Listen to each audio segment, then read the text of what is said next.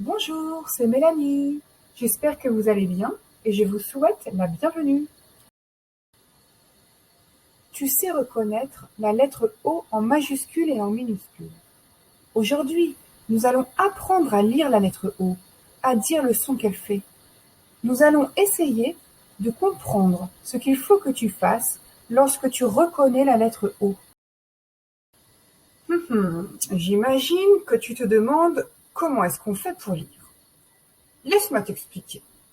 Lire, c'est transformer les lettres que tu vois en sons.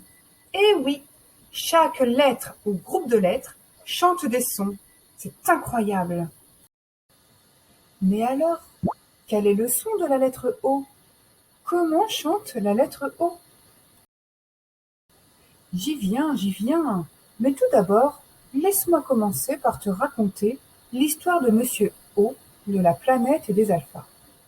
Monsieur O est émerveillé par tout ce qui est rond, et par-dessus tout, il aime faire des bulles bien rondes.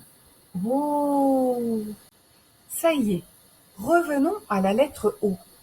La lettre O fait le son O. Elle chante O, comme Monsieur O qui s'émerveille. O. Ah oui, j'allais oublier.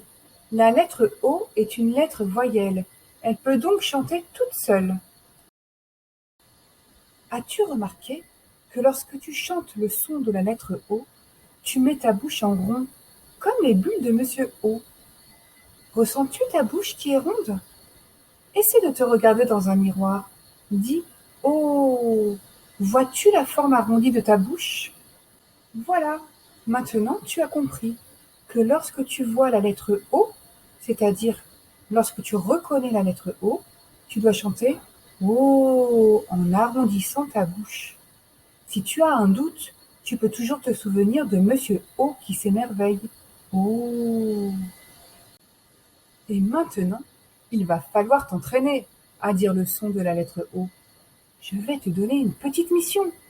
Tu vas aller à la recherche des lettres O, dans la rue, dans les livres, dans les magazines, et à chaque fois que tu en repères une, dis le son qu'elle fait. Oh! Aussi, souviens-toi de mon petit secret. T'entraîner, ça veut dire que tu vas essayer, que tu risques de te tromper et qu'il faudra recommencer. Si tu trouves vraiment que c'est difficile, n'hésite pas à demander de l'aide. Ou alors, c'est peut-être un signe de fatigue. Alors continue plus tard. Moi, je te félicite pour ton attention et je te souhaite une belle journée.